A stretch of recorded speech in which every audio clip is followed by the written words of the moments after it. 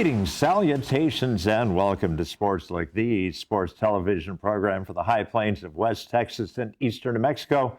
I'm your host, Doc Elder, and just like the category Potpourri on Jeopardy, we're going to have a mixture tonight. We are going to have Blake Huber. He's the head coach of Greyhound women's basketball. We're going to have KJ Ford, former football player who's now one of the broadcast journalism majors here at Eastern. I'll finish up with an overtime, but as always, I'll start out with an Eastern recap.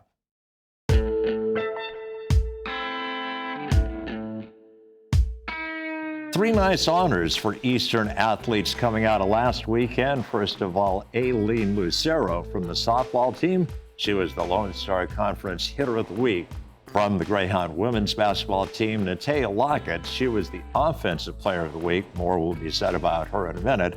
And from the Greyhound men's basketball team, Cooper Jackson. He was the Defensive Player of the Week in the Lone Star Conference.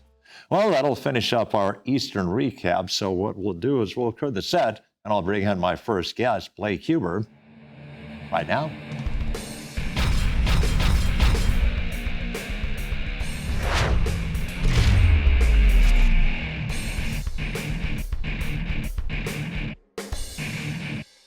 Welcome back to SportsLook, and we bring back to the set of SportsLook the head coach of Eastern New Mexico University Greyhound women's basketball, Blake Huber. And Coach, last 2 weeks you went 3-1 in the one game you lost to Lubbock Christian. You actually had a lead in the fourth quarter. So ladies are getting it together right at the right time of the season. For sure, we're fine-tuning some things. Winning out Midwestern State was huge, obviously in the fashion we did, pretty heroic fashion with Holder scoring 5 points in 12 seconds or whatever. So that was a huge win. And then Ishana got hurt in that game, so Ishana and Jayla didn't play against Lubbock Christian, but we still played really good basketball. Lubbock's really good. We did a really good job on Grace Foster. They had some role kids that we kind of challenged them to make shots, and they made shots. So. The Lubbock game, I thought we played pretty well. Not many teams walk out of Lubbock Christian with the win. And then we get back home and really good win against Angelo State on Thursday. And, we had some bad taste in our mouths from the game at their place and kind of the way we lost. So good to get back on the right track with them. And then, UTPB was kind of one of those other teams that we kind of had a sour taste in our mouth because we just got blitzed in the first quarter. 29-4 at their place. So, good to get back on the right side of things with those two teams. And, I think we're really starting to play really good basketball. The percentages offensively are going up. Defensively, we've really focused in on this week of getting back to more pressure defense. We haven't been causing quite as many turnovers as we want. So we're kind of getting back to kind of really just the sound fundamentals of ball pressure, hard denials, stuff that I feel like we've just been average on. So we're trying to improve on those as we go toward, the end of the season. But I think our players know what needs to be done. At the end of the day, we're very blunt with our program. We told them going into last week that we needed to try to win 7 in a row. And, we're at 2 right now. And got a really important road trip this week. I need to try to get 2 more. And then we got 2 more home games. And obviously Senior Day will be next Saturday.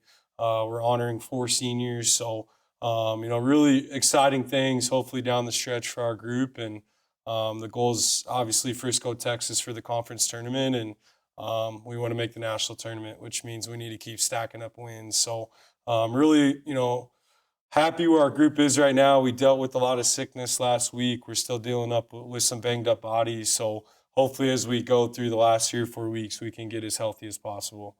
Let's go back and talk a little bit about the win against Midwestern State. It was a game where you were down 4 with 12 seconds to go. Yeah. And you win by 1. How is that possible? Yeah, I guess the easy answer would be Abby Holder. So they missed a free throw and we come down in transition and Abby hits a 3 with about 6 seconds left, 5 or 6 seconds, and then they call a timeout to advance up 1. Midwestern was, and the timeout we. Basler saying, hey, we need a 5-second call or count to, and if we don't have that, we're going to foul quick. And we were drawing up the play to try to either win or tie the game. And, they come out and run a down screen toward half court and Abby makes a great play and tips it. And Not as egregious as the men's game, but the clock didn't start for about 2 seconds in our game too, so I think she laid it in with about 2 seconds left. They said that she laid it in with about four, and then just a really heroic, kind of season-changing development of plays there for Abby, who's had a lot of clutch moments in her not only Eastern career but just high school career. So really huge win. But I'd like to say we do work on special situations a lot in practice, but that's just a player making a play. That's a lot less to do with me and a lot more to do with her. So kudos to her. I think it was kind of just a we're not going to lose this game mentality, and made two really, really big plays. And and that's kind of springboarded us the last couple weeks. We've kind of re-locked in. I think we've connected more as a group the last couple weeks, and we can look back on the end of the year here, and hopefully 6-7 weeks if we make a run in the national tournament. But we're going to look back, and that's probably the point where the season really flipped for the better. She made two huge plays there down the stretch. The Angelo game must have seemed, in the words of Yogi Berra, to be like deja vu all over again, because just like down in San Angelo, you had a big lead, blew the lead, but the difference is this one you won. For sure, yeah. We get up 20, and they put some of their worst players in, and almost looked like they're conceding the win and getting ready for WT on Saturday. And then there's, 5 of their lesser players make a run, and then they're like, oh wow, like we're gonna put the starters back in, we might have a chance to win. And I think that a lot of series of events, kind of shot selection, not cued in as much on 50-50 balls and some scout stuff in the fourth quarter. And then at the end of the day, they ran a lot of their 2-2-1 press in the first half, and we had no problems with it. And then in the fourth quarter, we just kind of started throwing the ball over the gym in their 2-2-1 press. So I think we like to play fast, and we like to be the aggressor a lot, in our program. But it's learning that, hey, when you go and play the UT Tylers and the Lubbocks and you get down 10 or 12, they squeeze the possessions, they control pace, and they really grind out the game. So we're trying to get a little bit better job of grinding out the game, getting the right shots in the right spots, and kind of grinding out possessions a little bit more down the stretch, instead of playing guns blazing basketball when we're up 14 with 7 minutes to go. So some things that we got to clean up, and I think we will down the stretch. And, Coach, an exciting win against University of Texas Permian Basin. We've got film of that, so we'll cue up the highlight reel, and please walk us through it. Yeah, so this is early in the first quarter. They came out in a zone because they played us 40 minutes of zone the last time they played us at their place. And we had a really good job of moving it and getting them out of the zone really quickly. In the first quarter, they only ran it for about 5 minutes. Here they are in zone again. We do a really good job of playing inside out. We wanted to play through the high post and the post, and then, Vic, really big three there, and Vic's hit a lot of big shots for us. Really, really carved out a huge role in our program. So now here we're 5 minutes in, and they go man. Jayla, it's obviously great to have her back, into the fold. Again, now they're in man. We're kind of gone more 5 out lately to try to give our guards more space. So we've done a really good job of operating within the 5 out, and then we incorporate some ball screen stuff within that. Good job. We're doing a better job of playing late into the shot clock, and we're getting better shots because of it. This one, Tree swings to Jayla, and she doesn't quite get it off in time. They counted it in live play, but ended up reversing it. But here we are in the defensive end. Our main plan for UTPB was they average 8 threes a game. They only had 4 against us. So we did a good job against their, chased them off the 3-point line. At their place, they had 10 threes, so we did a better job of kind of chasing them off the line. Good overload here. It's a good rip by Tati. It's a good one more by Shauna. And, Abby's shooting 41% from 3 in conference. So makes a lot of big time shots, for us. Point guard rotation. Hell yeah, Taya's cramping here. That's why the play stopped. She cramped in the pregame too. weirdest pregame I've probably experienced, Doc. We have Taya on the ground and pregame cramping, and Tran hurts her Achilles in the pregame warm-up. So there's some craziness going on. But kind of put in some continuity ball screen stuff too is one of our other main bases, and doing a pretty good job getting the ball reversed from side to side. Again, the ball finds the second and third side of the floor, and Abby hits a big shot. Here we go defensively. They really tried to isolate 22 a lot in the second half. Caitlin made that ball look like a beach ball almost there, spiking it up in the air. But Caitlin really came on. Obviously, that's not the pass we wanted from Abby there. But Treese does a really good job getting back and loading the ball to their best player, number 14. And then we're back off to the races. Good push by Jayla. And I'm not going to say that kid's quite Ja'Cory Ely from the men's side from last year, but when she's in the open floor, it's hard to keep her in front. So good job by her there. And another turnover we get, and we're kind of off to the races. And again, it's really hard to keep Jayla in the open floor. And there's her running mate from junior college, and another kid where it's really hard to keep in the open floor or stop in the open floor. And Ishana, so at this point we're up 7 with about 9 minutes to go. And that's kind of where it teetered from 9 to 4 most of the fourth quarter. That's a good dig in by Ishana, pretty good contest. And clearly over the back. That's a good call by Yolanda, who's a New Mexico ref. And obviously Taya won player of the week offensively this week and averaged about 17 points a game in these 2 games. Challenging Taya to shoot the free throw at the line a little bit higher percentage, but she's consistently getting to the line 6 to 8 times a game in the last month. So doing a really good job. We've kind of seen it all year, how much talent she has, but obviously you can argue, Doc, our last month, she's been our best player. So really good highlights there, and, glad that we could get out with the win against UTPB. Well, Coach, you're on the road this week, a trip to Silver City, a trip to Alpine, Texas. Yep. 2 more home games against the Saints schools. For and sure. As you said, the Saturday of the home week is going to be senior week. We'd encourage everybody to come on out. For sure. Yeah, so we have 4 special young ladies graduating. Obviously, Ishana has been a huge piece to the puzzle of getting this program off the ground for us. So she'll graduate. Trinity Hudson will graduate, who's a 6'5", D1 transfer from Arkansas Little Rock. Really good rim protector for us. Really good family. She's had a really good year here for us. Jayla Smith will graduate. Jayla's been really good for us. I would argue that she's one of the best, if not the best, 2-way player in the league. She pretty much guards the best guard on the opposing team every night. And then she's also averaging double digits for us. So she's done really, really well for us. And then, Treese Brooks is just, a really good athlete off the bench, really good defensive player, really good in the open floor. Treese had a lot of hip problems last year, so it's good for her to be back and play a consistent role for us here. So those 4 will graduate.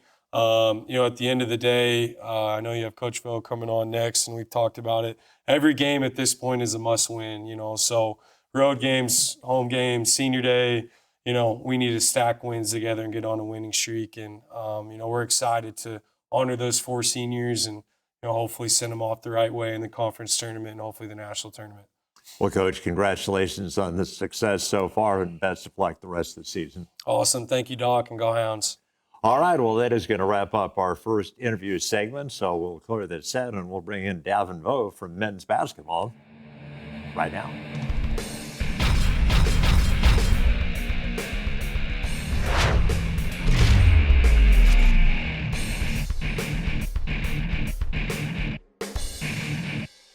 Welcome back to SportsLook, and a privilege to bring to the set of SportsLook one of the bright and rising stars in the broadcast journalism program here at Eastern New Mexico University, KJ Forden. KJ, welcome to this side of the camera on SportsLook. Thank you for having me. I'm I'm happy and blessed to be here. The reason I said it that way is because you are part of the SportsLook crew, but you have actually had some experience this year broadcasting, and so we thought it'd be a good time to bring you on, and so people could actually be able to associate a face with a voice. Yeah, started off with a few soccer games, and then I had the honor to sit down next to you and call some Greyhound basketball games. And since then, we've called multiple games. I'm too many to count, and it's been awesome. Yeah. Well, you're originally from Houston. What was the process that got you here to Eastern in the first place? So I was born and raised in Houston, Texas, and then I went to California to play junior college ball in Northern Cal. Got recruited here to play football, played, got hurt, and after receiving a certain amount of concussions, we decided it was best for me to stop playing, hang the cleats up, and do what I love to do, which is focus on journalism and broadcasting. And yeah, that's how we got here in this situation. At what point in your life did you decide that broadcast journalism was the direction you wanted to go? I've always known. When I was a kid and most people watched Disney Channel, I was watching ESPN. And we knew it was crazy because I would watch it looped. So I'd watch the same episode, once it gets to a certain point at night, it's the same episode. And I'd watch the same episode over and over and over again. I could basically recite the whole episode to you. So we always knew. I have interviews of me in high school talking to people that are in public on YouTube and all that. And they're like, what do you want to do when you're done? And sports journalism and broadcasting. I want to call games. I want to have my show and do all those things. And you were telling me earlier in the season when we had the opportunity to work together, you said that you actually had a podcast, and one of your podcasts had like 6,000 views. Well, that was the interview we did when Ethan Yancey, when he had 44 points here at Greyhound Arena. And I got to talk to him and point guard as well. Talked to both of them, and the interview with Ethan Yancey that happened right after the game, the historical game. 6,000 views in less than 48 hours, I believe. So obviously you're well on your way towards a successful career. And talk a little bit about being a broadcast journalism major here at Eastern. What's been the best class that you've had so far? Oh man, I don't know if I can narrow it down to one class. I could say the best part of being in this department is all of the resources and the people that you have available and that aren't just here. They're not just there and going to say like, hey, we got your back. If you need something, let me know. They really mean it. Rather that's Barry or Colt, all these guys and women in the building, they all have been there for me for anything I need, rather that be scheduling classes or resources for me to have my shows and sponsors, internships, whatever I need, I have people that I can go to. So that the resources are the best part of this program. And talk a little bit about how you got the opportunity to broadcast soccer for the university. How did that come about? Honestly, it was kind of crazy. I was at practice. I think it was a Wednesday or Thursday practice. We were doing special teams, and the special teams that I was doing punt return, and I was actually like the second or third string punt returner. So I'm standing on the sideline while the first string guy goes. And Jose walked up to me, and we were talking about something, and he was like, hey, would you mind calling some soccer games for me? And then we want to have you call some other games in the future, but could you call some soccer games? And I was like, yeah, sure. And I was like, when are we starting? He goes, Sunday. Our game was Saturday. It was like Thursday that we were talking. He said Sunday. I said, well, I'm not turning down an opportunity. All right, sure. Went out there, got, had the injury happen in that game. Still, I was like, I got to call this game. So I still turned around and called the game the next day. And that's how we started, to be honest. So how much did you know about the sport of soccer before you actually broadcast? Do you know what I told Jose? I said, Jose, I played FIFA growing up, and I have a few friends that played some soccer. That's what I know about the game. And he said, all right, I trust you. You could do it. I said, cool, let's do it. And Cam helped me out. He sat next to me. I also had some really good producers that sat next to me, and they gave me some information and things that I needed, and we made it work. So then, as you pointed out, we had the opportunity to work together on a number of occasions, broadcasting, and you were my color commentary guy. What's the big difference for you between doing play-by-play and doing color commentary? I enjoy doing color commentary more, especially when I'm sitting next to you, because you're so cold with the play-by-play that all I got to do is sit back and watch the game with my cup of coffee and just say what I see. And that's why I enjoy color commentary. The difference, with color, you're just, like I said, you're sitting back watching the game. It's almost like chilling with your friends and just saying what you see, while the play-by-play guy, does all the real hard work. That's really the difference to me. The play-by-play guy is locked in. You're not really, the play-by-play doesn't get to talk about moments as much because you're more so talking about what is occurring every single second. So that's the difference. And then we flipped the page again, and then you went back to doing play-by-play. Yeah. And this past weekend, you did 3 of the 4 Greyhound baseball games. Yeah, doubleheader on Saturday. Called my first one on Friday. That was the first ever baseball game I called in my life. And then turned around, we had a doubleheader on Saturday, and that was plenty of fun to do. We had a lot of home runs. We had a lot of exciting plays. They had a kid on their team that was a year younger than me, but was from my high school. So that was cool to see. He was up to bat, and I'm kind of reading off the stats and everything, reading off his stuff. It's like Trevor Seebeck, Cy-Fair High School. Oh, okay. So that was really cool to see, you know. He was their leadoff hitter. A few times, I believe. He was on Sunday because you broadcast 3 of the games. Yeah. I broadcast the Sunday game, and that we didn't get that kid out on Sunday. See, on Friday, I don't think he led off in any of the games that I was at. I think he batted in the 2-hole. 2 and I think 3rd on Friday. But yeah, he was having his way. Yeah. And he was the guy that actually made the last play of the ball game on Sunday, a really good defensive play. So good with the bat and good with the glove. Yeah, BFND. You know those Cy-Fair guys, they're a little bit different. We just got a Super Bowl champion, Braden Mann. Didn't know that he was from your high school. Yeah, we now got WNBA, Agumake champion. And then we have one in the MLB as well. It's so bad I forgot his name, but he played for the Twins, I believe, or he retired with the Twins. And then we just got our football guy with Braden Mann, yeah. That is so cool. Yeah, so now they're winning 3 sports. We'll talk a little bit about broadcasting baseball. What was your association with that game growing up? My cousin, he played at a very high level. And I'm an only child, and I grew up with my cousin pretty much as a brother to me. His older brother was older, like way older than him, kind of, sort of. So we always meshed. We were always really close from the time that I was young. All my time growing up was with Kaysen. He played baseball at a really high level, played for the Padres scout team. He played for some of the best teams in the city. He was really good and really tapped in with a lot of people in the city. I got to learn a lot through the game. I met Vanderbilt coaches back when Vanderbilt was, Vandy. You know what I'm talking about. So I've been around the game my whole life. I grew up around baseball more than any sport, and I didn't play it really. So I kind of know a little bit, but I was kind of rusty in that. So, I had to knock some rust off this past weekend. Hopefully I can do a little bit better next time. Well, let's talk a little bit about the 3 games that you broadcast. The Greyhounds lose the game on Friday. They sweep on Saturday. So what didn't they do well on Friday? What did they do well on Saturday? Well, on Friday, they gave up about 20 hits. And I think that was the difference. We saw them come back and control the strike zone on Saturday really well. They were able to get some hits, some home runs, some exciting plays. Even when they were down, they didn't give up. They didn't quit. Even on Friday, they played well on Friday. The hits that they gave up weren't crazy. It wasn't like they were getting just absolutely nukes hit deep. A lot of pop flies and balls just landing in great spots for St. Edwards. So sometimes that's how the game goes. Whether it's basketball, football, or baseball, sometimes the ball just bounces your way, and that's what was happening a lot on Friday. On Saturday, things look better for the Greyhounds. And that's so true. That is something that I've observed in my long life about basketball. Usually in basketball, if something works, it's because that play was designed to work. Football, the same way.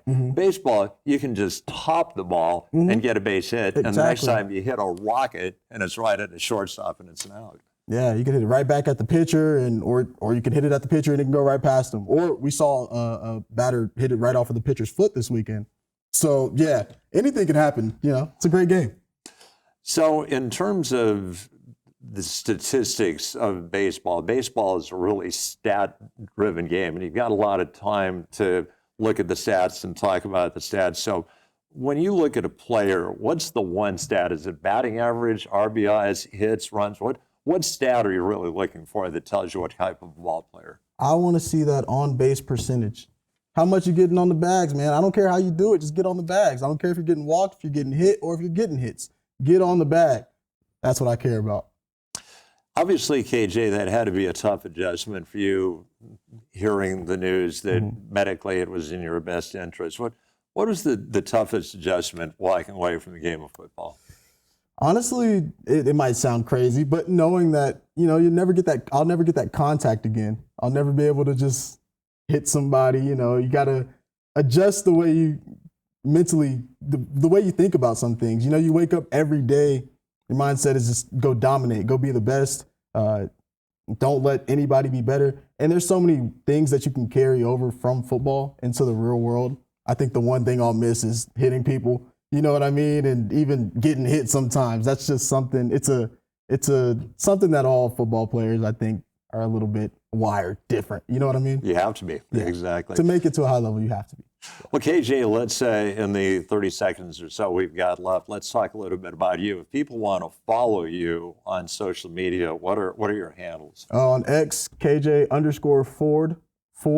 On Instagram, KJ.Ford2. And on YouTube, Kicking It. You can find many episodes, many college basketball predictions and mini game predictions, and also some recaps and interviews. Okay, so let's do a prediction here. Of the Greyhound basketball teams, one team that you're sure is going to go to the playoffs? Oh, yeah. I trust Coach Vo. Okay. Yeah, and I trust my guards. All right, there you go. Well, KJ, it's been a pleasure so far to do games. I'm sure our paths will cross again, and thanks so much for being our guest. Thank you for having me. Hopefully we can call some games in the future and play some golf, too. Well, there you go. All right, well, that is going to wrap up the interview segment of SportsLook. So what we'll do is we'll clear the set, and I'll finish up with an overtime right now.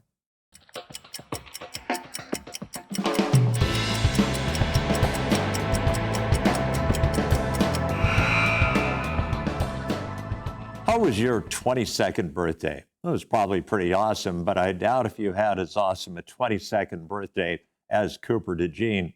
Cooper DeJean turned 22 on Sunday, and he celebrated by picking off a pass in the Super Bowl, taking it to the house for a touchdown. So, happy birthday to Cooper DeJean, the pride of Ida Grove, Iowa. Well, that will finish up in overtime, and that will conclude an episode of SportsLook. I'd like to thank my guests, Blake Huber and KJ Ford. Once again, my floor crew was outstanding, led by Mr. Kyle. So, for all those aforementioned people, this is Doc Elder saying, so long.